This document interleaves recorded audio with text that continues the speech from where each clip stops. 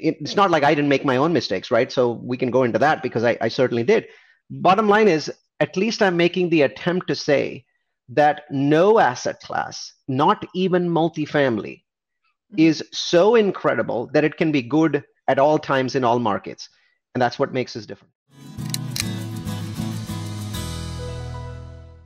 You know, I'm a sucker for data. I love good data. I love data that has been very carefully thought through, data that has been analyzed fresh every time, so you can have a new and complete opinion.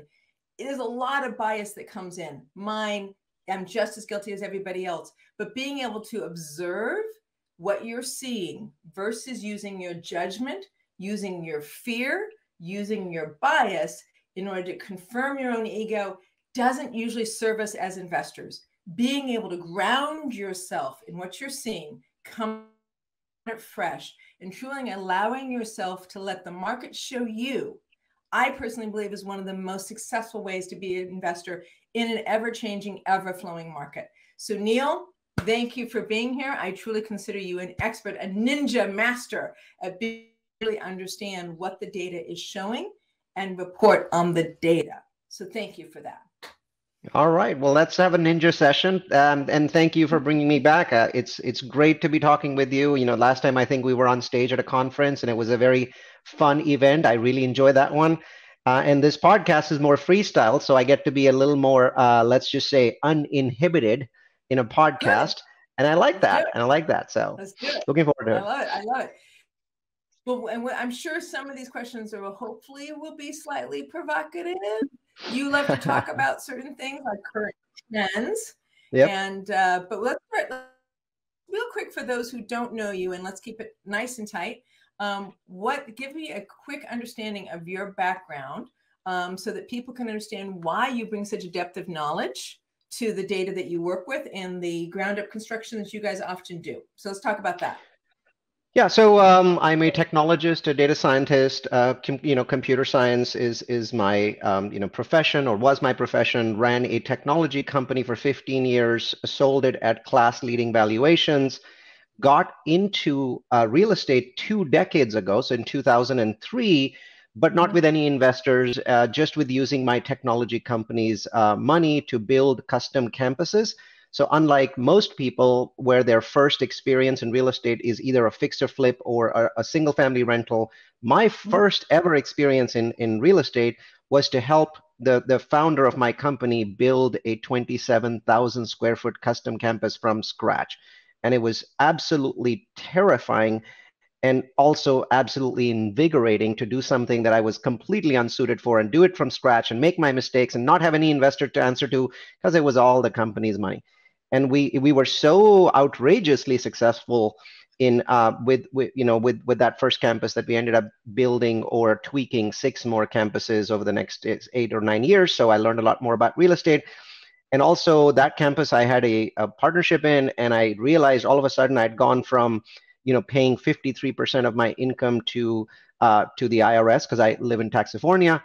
I basically went to having a year where I almost didn't pay any taxes. And the radical difference there was so phenomenal that it changed my mindset forever. And I understood that real estate has absolutely astonishing tax benefits. And so, the journey began in 2008, perfect timing for buying my own single families, and then transition in 2014 to large multifamily after I'd sold my technology company. So very long 20-year journey. First 5 years, new construction, then next 5 years, single family. And then the last 10 years have been every kind of asset class that you can imagine, including multifamily. What is it that your company does currently as far as the variety of classes? What is that thing that you guys really feel like you do well? What's the secret sauce of your company? Let's put it that way. What's the secret sauce of your company? Well, so 1/3 of our activities are around value add multifamily. And there's no secret sauce there, except we are very, very open to simply doing nothing for long periods of time. So I call the period from the 7-quarter period from late 2020 to mid 2022, the insanity period. So late 2020 to mid 2022 was when we saw cap rates in the United States that I don't think we are going to see in our lifetime. Prices and cap rates that made no sense. Right. And I'm very, straightforward. I was on over 100 podcasts during that time, and I was extremely critical of what was happening in the marketplace. And at the same time saying I should sell everything I have. There was a single property that I kept during that time, and I'm selling it now, and I'm regretting that I didn't sell it then because I Mhm. sold properties during that time frame. I was a net seller. I wasn't a net buyer. I bought 1.5 properties. So there was a property that I had some partners, they wanted to exit, so we exited them. So that's the half. And I bought one property which was in a far off metro. So I actually was in the 5.2 cap range. So I was like, I'll buy it. 5.2 Yeah. cap is awesome in a market where everyone else is at 3.5 cap. So I didn't engage as a buyer. I engaged as a seller and pretty much sold everything that I could sell that could reasonably be sold during that time. And that's our secret sauce. We don't think that we Okay. do anything in value add that is unique and special. We simply measure markets and stay out of them for extremely long periods of time. Also, we tend to be very, very good at figuring out which metros are on the rise now. I find that most syndicators are doing the Me Too thing, not that kind of Me Too, but it's just a um, I'm going to basically go in because someone else has already gone into this market and they hear certain markets are doing well. We always believe that that's too late. When 50 people are telling you that X market is doing well, you're too late. And that's our Yeah. belief. And so we like to be 12 months ahead of other people when it comes to that curve. And that comes from our data science. So we track 323 metros in the United States that constitute 85% of the US's population, and we rank those metros every month on over 100 statistics. So anyone that wants to see statistics for the last 5 years will see over 100 different statistics each month being ranked. And based on that, we are able to pick up metros about 12 months before other people do. So those are just two things. Otherwise, 30% of our focus is value add multifamily. 70% of our focus is development of some kind. We've done everything. We've done flex industrial, we've done office, we've built storage units, we've done build to rent, low end townhomes, high end townhomes, and of course, lots of apartments and student housing. So we've done lots and lots of development activity, and we continue to do some of it, though currently our primary activity is something that you will not hear if you had 1,000 people on this podcast. Our current activity is land banking. Land Okay. banking. So that's what we're up to now because we Yeah. think that this is the most incredible time to bank land, not to buy it, but to bank it, which is a different Thank you. activity. And so that's what we're up to at this point of time. We are also, as of July, back in the value add market after a very, very long hiatus. That was several years basically on only selling, not buying. We are absolutely 100% bullish that this is the time to buy multifamily assets. They're down 22 to 26%. We expect that the numbers closer to 22% right now. This is August 2023, but by the end of the year should be around 26%, which I think is going to be close to the bottom, if not the bottom of multifamily prices. And since I have never been able to predict the bottom accurately, I'm only interested in, am I getting a discount? The answer is yes. Then you start to buy. Love it. I love the three things that you hit on that I think are particularly important, right? The things I feel like you hit on is that you have a lot of data, right? The thing I love and the thing I'm passionate about is the amount of metros that you guys follow and rank on 100 different points. And that data is what you use to guide your decisions, not what everybody else is saying, not what you're hearing is popular, not going with the current wave. It's being able to use the data to make an educated and sound decision in where it is that you're going to guide your company. Right? That's first and foremost. And that's part of what I respect you deeply for, is that your willingness to use that data. And you're a data head, and I consider myself a bit of a data head, although honestly, I don't have a company that's tracking so many markets, truth be told. But I love that that's what drives you, and that's what drives your company. The other thing I'm hearing is the choice of being able to choose the market timing in a very careful way. You're not going to try to hit the bottom. I also have learned through the 35 years that I cannot hit an exact bottom or an exact top, but I can take a guess at it. But if I try to do exact, I try to get too egotistical about it, ultimately I'm going to pay. I'm going to pay the cost for letting my ego being in the way. So I love your sentence of what I'm looking for is the discount. What I'm looking for is confirming that discount. I'm not trying to be something where I can say I hit the top or hit the bottom as a form of making myself feel good. That's not what's going to be driving me. What's going to be driving me is my willingness to do that, right? And Yep. having your company directed in that way. That's beautiful. What is it that you feel like in your history really helped you to be so successful today? Like, what is it in you that is your secret sauce that you bring to your company, to your investing? Well, you gave away my secret sauce at the beginning in my in I couldn't your help it. initial Couldn't help thoughts, it. and that is that I know that I'm biased towards certain things. I know that and what I feel that our group does well is we fight against our biases more aggressively than other folks do, right? So we are unable to make ourselves less biased. That doesn't work. We've tried it. It just, I mean, bias is bias. Human beings are not really designed to be logical creatures. We're emotional creatures.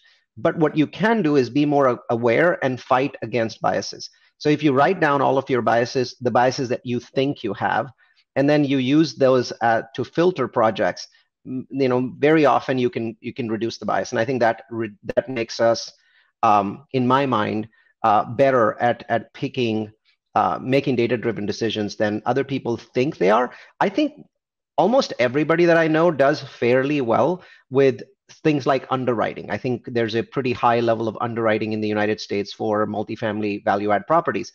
The challenge that I find that people have is backing away from that and saying, okay, on a tactical level, the underwriting for this property is correct, but is this the right time to buy this asset and this asset class in this market? Where in the cycle am I? And should I be moving to somewhere else that is better in the cycle? And that question I don't find people asking enough. For example, I will constantly see people saying things like, we are experts in Phoenix. And they say that as if that's a good thing. I don't think you're ever going to hear us say that. We say we're experts in figuring out the appropriate asset classes for the appropriate cycle. Maybe at one point in the cycle, it's self-storage in Memphis. And then at a different point, it might be multifamily in Phoenix. But it's never going to be Phoenix because fundamentally, while Phoenix is easily one of the best markets in the United States for fundamental growth, job growth, population growth, today, if you look at Phoenix, and by the way, I'm invested in Phoenix, so guilty. Okay. But if you look at Phoenix today, it's not really a great market to invest in. It has a very, very, very large amount of new apartment supply that's coming in. Its rent growth is negative. Now, when I say that, I want to point out that Phoenix had the highest rent growth of any market in the United States in late 2021, early 2022. So it was, especially in 2021, it was incredible, right? So it's not that the Phoenix market is falling off a cliff or things like that. But at this point in the cycle, that market is at the point where it's already had its rent growth. Now its rent growth is negative and it has a huge amount of new inventory coming in. Therefore, to me, Phoenix is an incredibly awesome 10-year market that I don't want to make any investments in today unless somebody gives me a 6-cap property, in which case I will buy it immediately. Right? So that's my thought process. There are no good metros. There are no bad metros. There are no bad or good asset classes. And the fact that people say things like, we are multifamily experts in Houston, bothers me. Because what these people are saying is, I'm simply going to ignore where Houston and multifamily are in the cycle, right? And so for that 21-month, the madness time frame, when I didn't buy stuff, I had students of mine, people that I've taught multifamily to in the past, that were buying 8 properties in that time frame, and I was buying 1.5. Mm-hmm. I felt so awful. I felt like I wanted to bang my head against the wall because equity was. You could just simply send an email out and get $20 million during that phase because investors were completely, hideously irrational, right? Because everything was going well and they were getting, ridiculous returns. So they assumed that they would, that returns would keep coming. And basically all the properties that were purchased during that time frame were either below average or just simply terrible. But that's the rationale of investors. And I had trouble convincing my investors to basically do different things. Right. So, to me, and it's not like I didn't make my own mistakes, right? So we can go into that because I certainly did.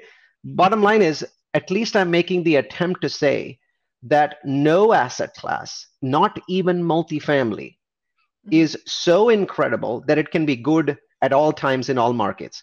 And that's what makes us different. I think that's really important because I think there are 2 things that I hear in there. One is, when I hear people say, I'm an expert in Houston in multifamily, I go, cool. I'm glad you have a good depth of experience in that particular market. And it tells me you're not capable of shifting with a market.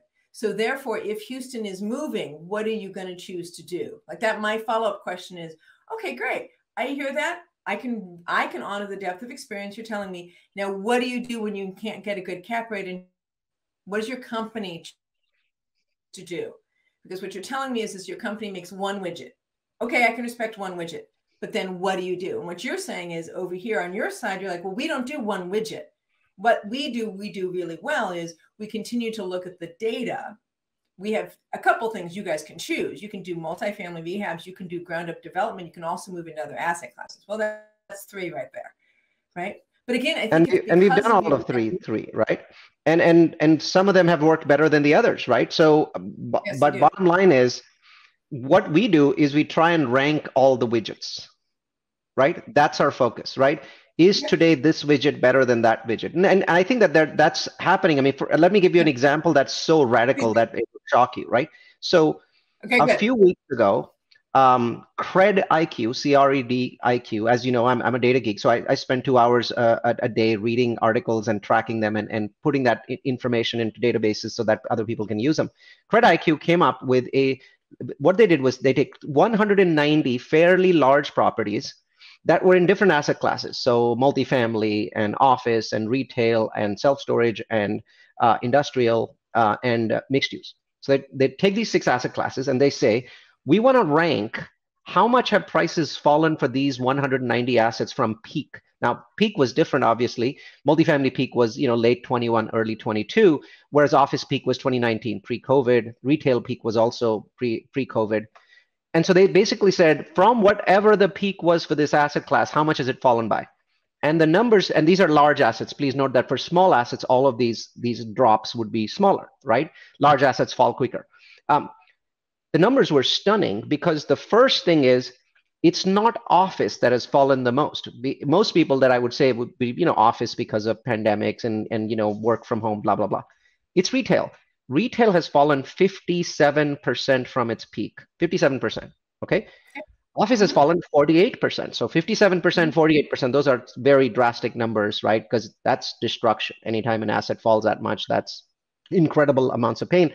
And mixed use, which is usually retail and some office and some apartments, has fallen 42%. So mixed use has been very, very, very badly affected. So that's the portion of multifamily that's been hit the hardest because it's somehow connected back to retail.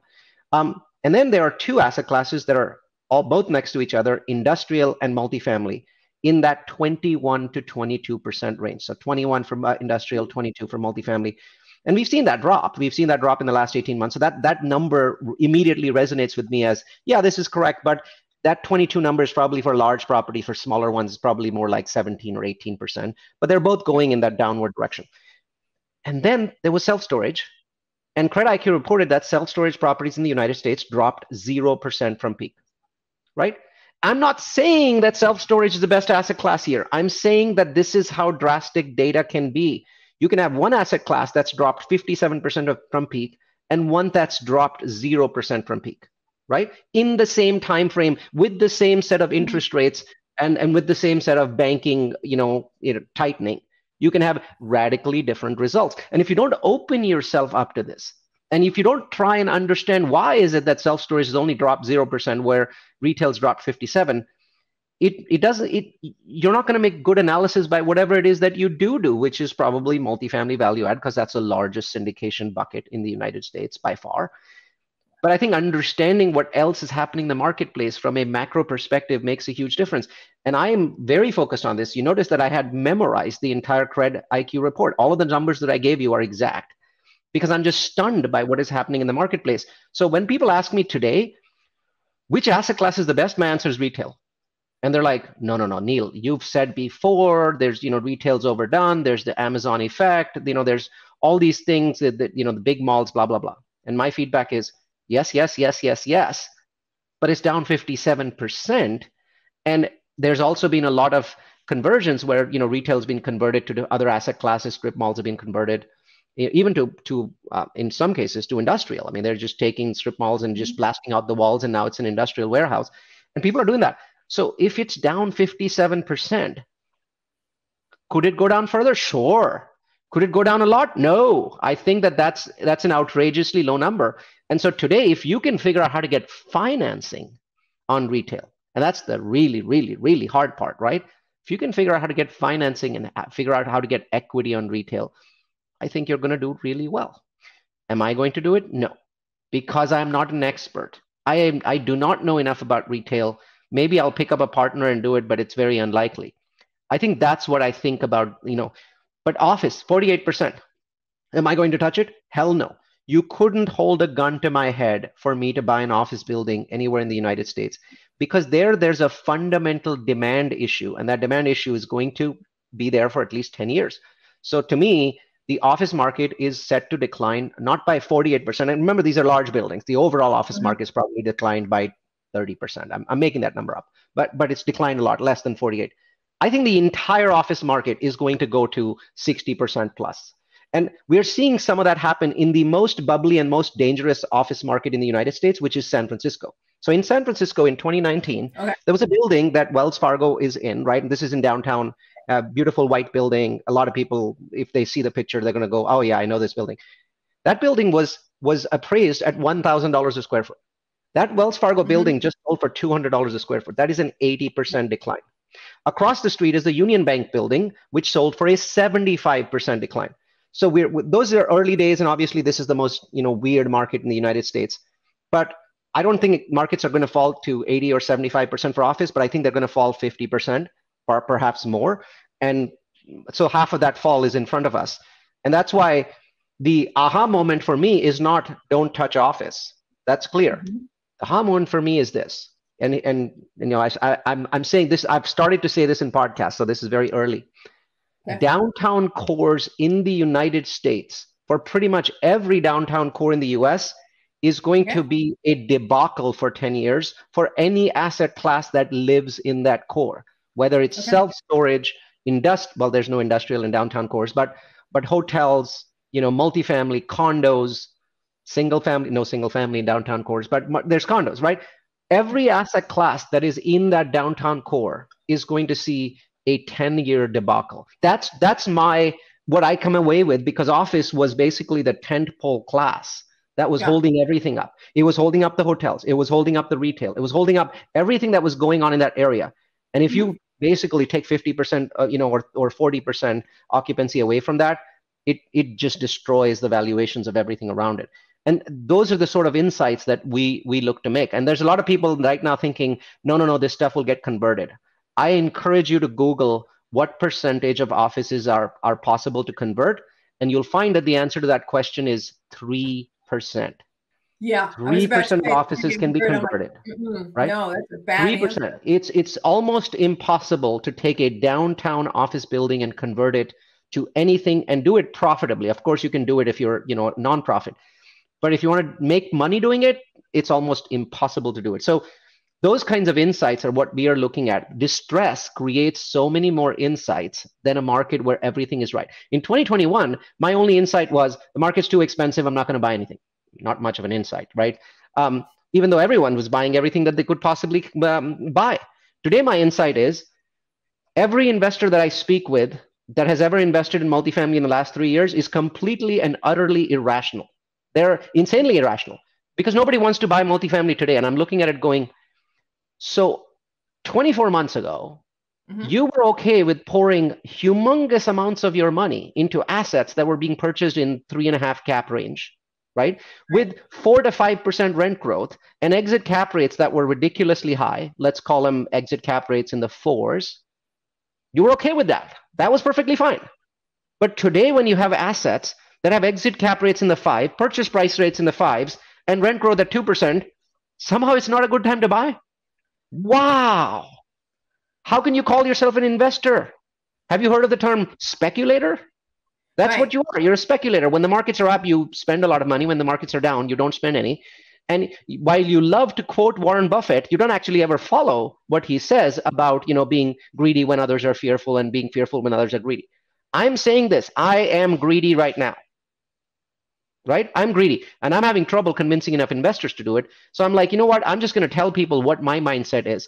If asset classes are down 22 to 26%, if interest rates are clearly at a peak, and this is another one of my beliefs, that we have hit the plateau of interest rates. We don't get hikes from here. That's what I'm saying publicly. Prove me wrong. Just wait for 3 months and you'll know, right? Bottom line is, I do not believe that rates are going to go high. When rates are at their highest, values are going to be at their lowest. If you don't understand that, please go and do research on the relationship between interest rates and cap rates. Therefore, cap rates can only compress from here. When they compress, I don't know. It's going to be a year or 2 years or 3 years or 4 years. I hold properties for 5 years. So all of those numbers are good. I have two questions. You just went right across two questions I want to touch on. I love your statement. And then your body language, like, dude, I know what I'm doing. Okay, this is perfect. I love it. Here's the thing. My question to you was, now I've lost it. My question to Maybe you it was about interest rates. I think your eyes lit up when I talked about interest rates. You know me, and I love data, economic stuff, and interest rates. So that is one of my questions. I'm going to do the smaller question first and then the big juicy one second. The smaller question first was, you said, thank you.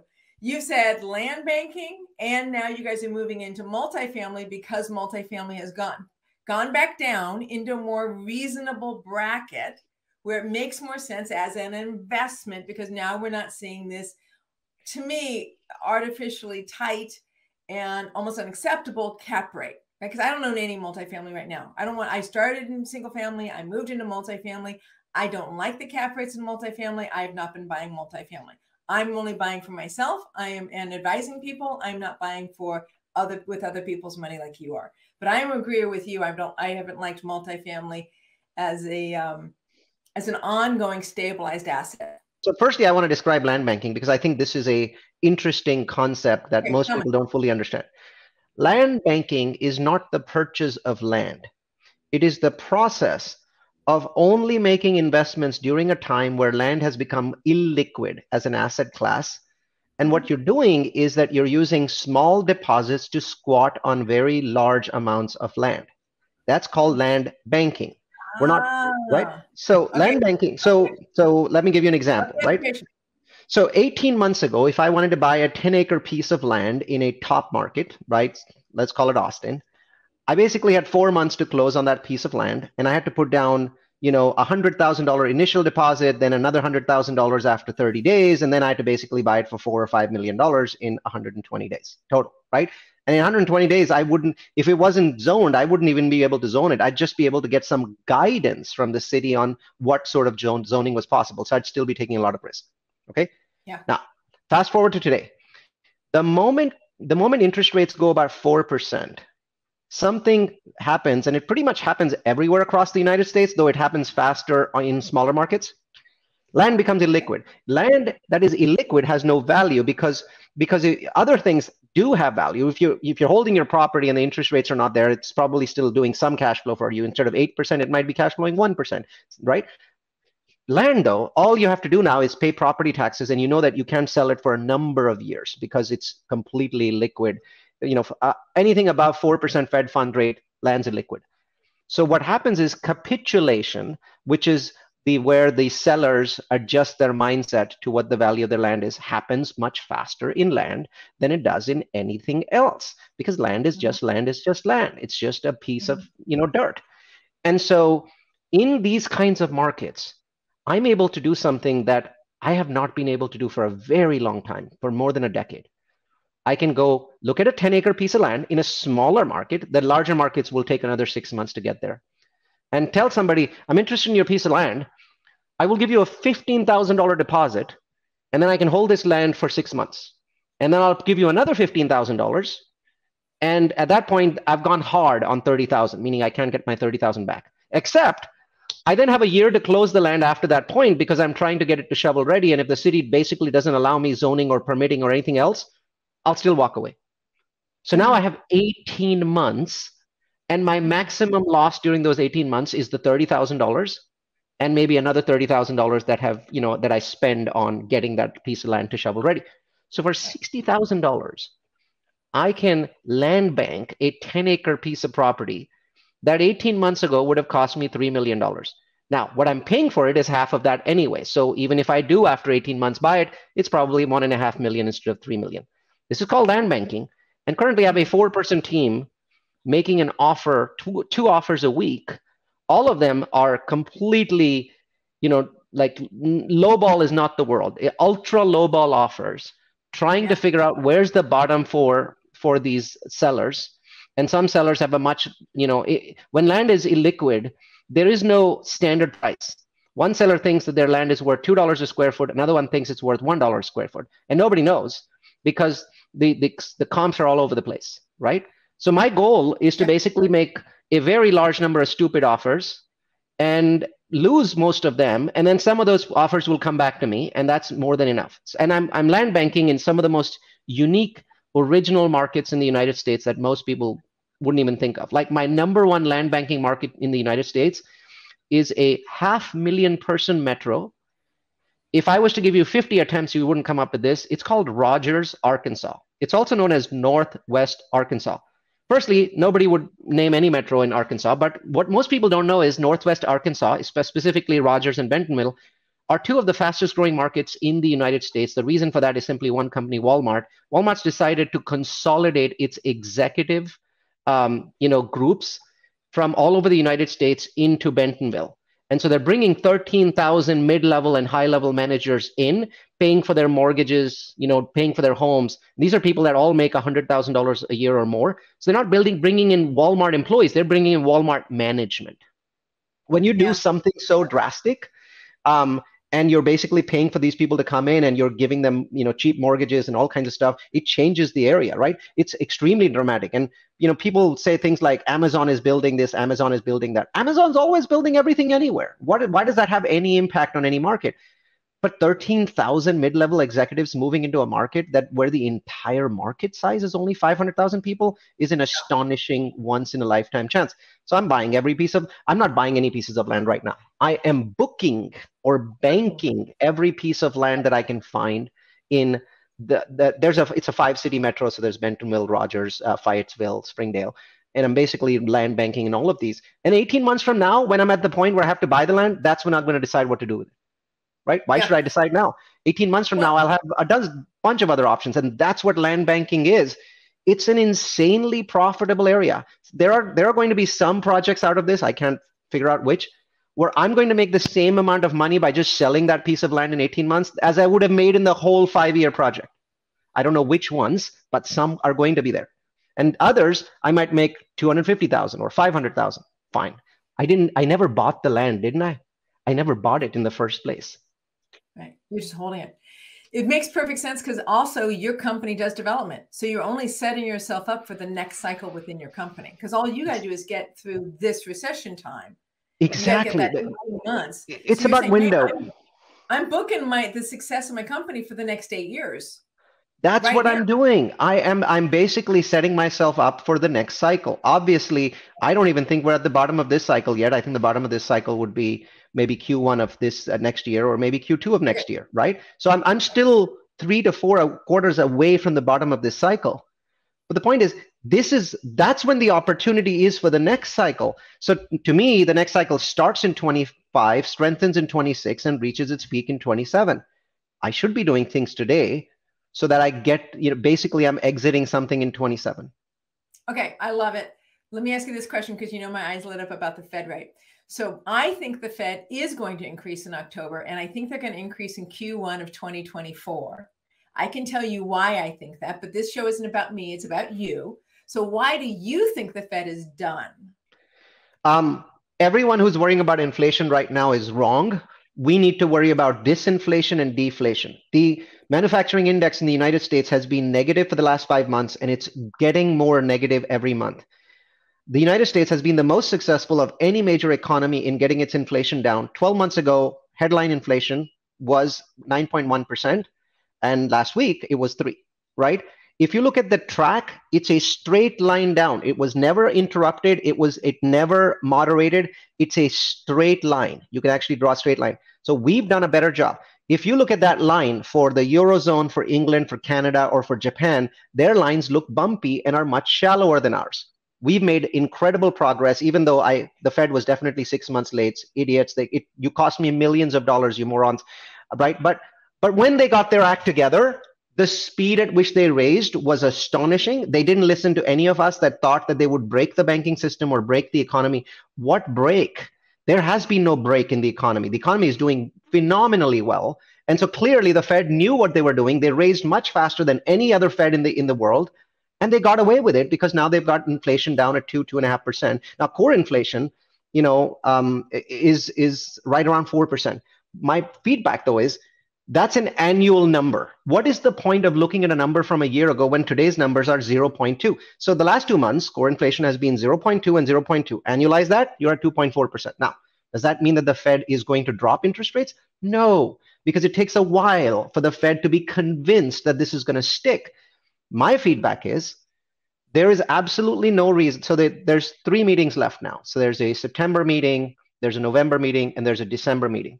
So my call, and I'm doing this in August, is hold for all 3 of those meetings.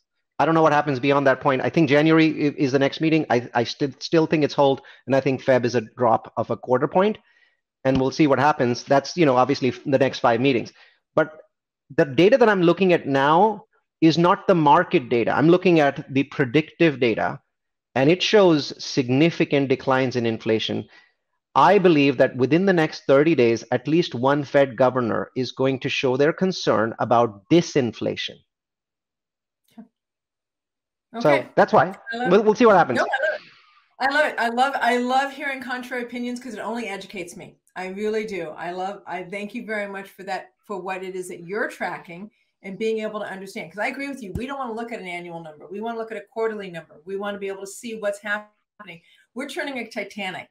Right. And in order to understand if it's starting to turn, all the numbers are not going to, especially the ones that are reactive to the change in the economy, are not useful to us. Only the ones that are predictive are the ones that are going to tell us whether or not we're starting to get a turn.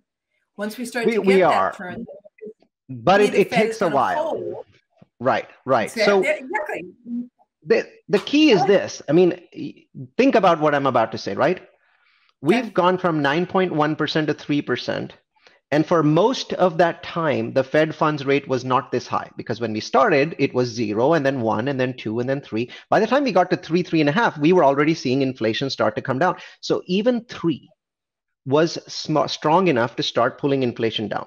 4 was strong enough. 5 was strong enough. Now we're at 5.5. A lot of people think that if the Fed stops raising, inflation will go back up. No, the Fed has placed a 1,000-pound weight on the chest of the economy.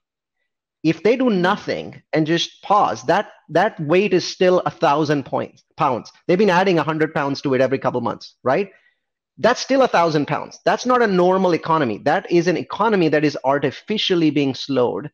And the 500 basis points or 525 or 50 basis points is an extremely high amount of monetary pressure to slow the economy.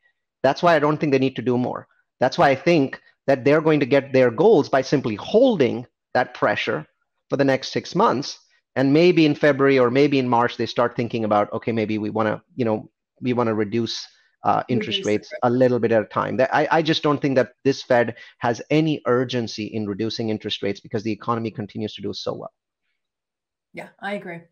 Quantitative easing. So they've definitely reduced their quantitative easing effect aggressively, which I think can, in a market like this, be almost as effective as increasing the interest rate. What is your take on the quantitative easing? Well, currently we're not quantitative easing. We are quantitative tightening, right? So quantitative easing is the process of injecting liquidity to the marketplace, not money, not specifically dollars, but basically it has similar effects where what you do is you make it easier for anyone to get access to money, whether it's loans or, whether it's bank money. Yeah, and we were right. So they've stopped it. And now we're doing quantitative tightening. What we're doing is we're sucking money out of the marketplace. And when we suck money out of the marketplace, that's when, you start to see basically less availability of money to do things, right? To build stuff, to do stuff, to buy stuff. And I think that the Fed will continue to pull money out of the marketplace. And so that again continues to put more pressure. Every month, the Fed pulls 30 to 90 billion dollars of money that's in the marketplace out by letting bonds expire and not renewing them. When you do that, you're basically tightening the market. You're reducing the amount of money supply, or M2. That's the number that the Federal Reserve of St. Louis posts. So I look at the M2 supply. The M2 supply is declining, and decline in M2 supply is almost always recessionary in nature, almost always, right? So that doesn't jive with the Fed needs to raise rates if the M2 supply is declining, because you will hear in the next 30 days, Fed governors say, we're worried about the declining supply of money. That's what I wanted you to touch on. Sorry if I used quantitative easing instead of using quantitative tightening, but that's what I wanted you to touch on.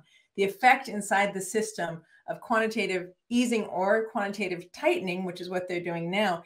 And seems to me like the quantitative tightening is the sort of invisible system, because most people aren't tracking that unless you understand a financial system better. Most people are not understanding the quantitative tightening and why lowering the M2 money supply is significant. And in my opinion, and I want to hear yours, is as significant and as important as the actual increase in the interest rate.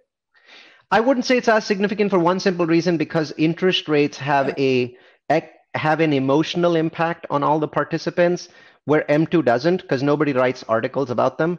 So while its impact is significant, it still is lower than the impact of interest rates, because interest rates have an emotional impact on all of us. We start pulling back, we start doing less things, we start feeling less rich because we read 1,000 articles about interest rates and not one of them says, did you notice that the M2 supply just dropped by $2 trillion? Well, people are like, yeah, but what the heck is that? What does that mean, right? $2 trillion is an enormous drop in M2. And we just saw it in the last 3 months. So it's like, holy shit, this is a big deal. Where are the articles? The answer is nobody understands M2, so no one writes articles. Okay. Yeah. And consumer confidence is a huge part of what supports momentum inside of the economy, is consumer confidence and their awareness. So yep. Thank you. No, I appreciate it. Okay. In our last minute, I want to ask you a question I ask everybody. Tell me about a deal that went wrong. Tell me how you fixed it, how your natural skills allowed you to fix it, and what you learned from it. So I had a property that I purchased that was in Dalton, Georgia. Once we purchased the property, we realized that there were certain things that we were thinking of doing that we couldn't do, right? It's like, yeah, you know, we made certain assumptions, and I'm like, I want to still exit this property because it's a really great property. So I went to my investors and I said, I believe in this property. I think it's great, but I'm not going to be able to get you your returns unless you let me do something original with it. I said, this property, there used to be 20 more units in it, and they burned down. And I went to my bank and said, can I build more units? And the bank said, absolutely, you can. But you can't take any loans with it because we're the lender. You can't get the money from anybody else. And and you also can't get a loan from me. So I went to my investors and I convinced them to give me $3 million of their cash. And I used that to build 29 units. And I exited the property at 44 IRR, right? So in a built property of 151 units, I built 29 more units and sold it as a 180 unit property. And not only did that allow me to go back to the projected IRR, it allowed me to crush it by another 20 points. You've got to make a lot of lemonade. And I love the story, because that is the purpose of the question. The purpose of the question is, if you've been in real estate long enough, eventually you get a lemon. And it isn't a question of whether you're going to run into a lemon. You are eventually going to run into one, even as well prepared as you are in being able to analyze things. The question is, do you have the inner mettle and stamina to be able to create lemonade, come up with a creative solution, and being able to protect yourself and your investors' money? If you can do that, then it's easier, in my opinion, as a passive investor, to be able to say, yeah, here, take my $100,000 and go do something with it, because not so I can count on just the property you've presented to me the way you've presented it. But if there is a problem, which there could be, 1 out of 15, maybe 1 out of 10, there's going to be something that's significant enough that you have to figure out a solution. I'm really counting on you to solve that problem. I'm counting on you of being able to come up with that solution. And that's why I like asking that question. Absolutely. And we publish all of these learnings on a website called multifamilyu.com. So that's multifamily followed by the letter u.com. And we do all kinds of interesting stuff there. We just did a webinar that 3,000 people watched called How Artificial Intelligence is Going to Change the World. Wasn't a real estate webinar, didn't have a real estate slide, but these are things that are so humongous that affect every single thing in our world today that we had to do a webinar about it. And people loved it. People were like, wow, this is incredible. Yeah, I saw that go by. I didn't make it to the webinar because I was on vacation, but I did see it go by.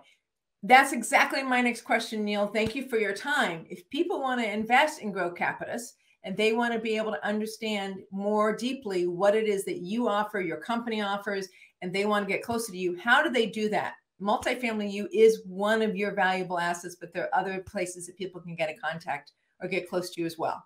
Well, the simplest way is actually by Googling my name. So I'm the only Neal Bawa on the World Wide Web. Google that, and you will see a tremendous amount of content. I always tell people, if you want to give me money in the next 3 months, don't give me money. Follow us, follow our philosophy, understand what we do, take your time. The deals will always come sooner or later. Just follow, and don't have money ever burn a hole in your pocket, because you make really, really bad decisions when that happens. Right. You definitely want to be able to make decisions based on data, not based on fear, eagerness, or wanting to prove your ego. Neal, thank you so much. I so appreciate it. Neal Bawa with GroCapitus. You can get a hold of him. I've looked at several of his deals. You'd be surprised at the creativity and the soundness of what it is he puts together. So I can recommend that. This is Christina Suter, ChristinaSuter.com. You can find this recording on YouTube, Amazon TV, Roku TV, and as well as iHeartRadio and Spotify. Look forward to seeing you guys in 2 weeks.